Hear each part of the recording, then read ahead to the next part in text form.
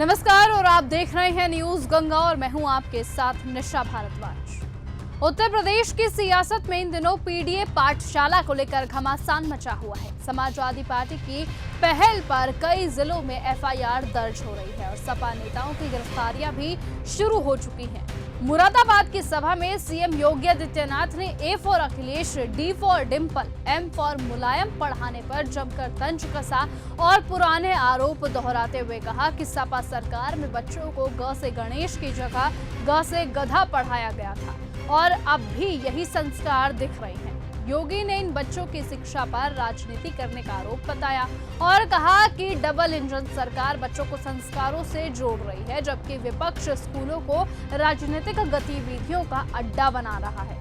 Samajwadi party की सरकार है, याद करिए, यह वही सरकार है जब इसकी सरकार के समय ग से गणेश पढ़ाया गया था। पहले की बीजेपी की सरकार में, सर्वदेव कल्याण सिंह जी की सरकार में, तो समाजवादी पार्टी ने कहा था ग से गणेश नहीं, ग से गधा होता है, और इन्होंने बच्चों को क्या पढ़ाना शुरू किया था।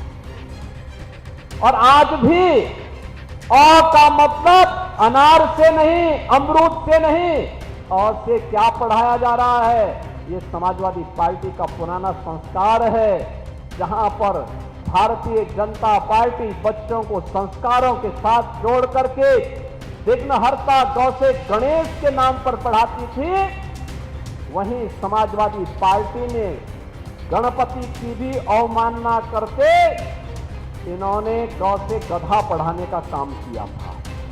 तो स्वाभाविक रूप से गधे जैसी बुद्धि भी उनकी हो गई है।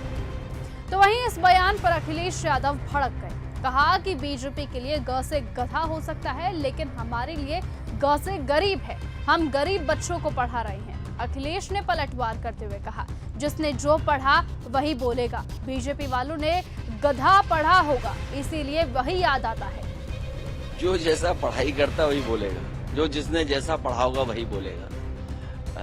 उत्तर प्रदेश को हम लोग ये बताते रहे कि 3x660 super critical thermal plant लगेगा, तो उससे हमारा किसान, कारोबार और रोजगार बढ़ेगा।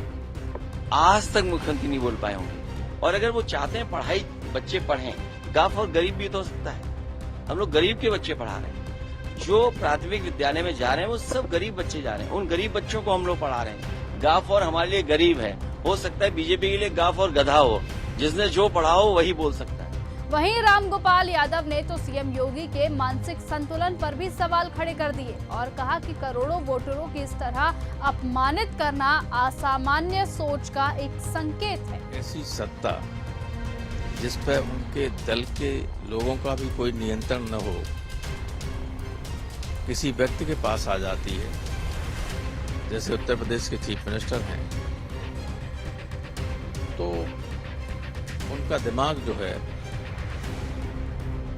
असंतुलित सा हो जाता है। क्योंकि कोई असामान्य, असंतुलित दिमाग वाला व्यक्ति इस तरह की बात कह सकता है, जो सब पर एक तरफ से लागू कर रहा हो।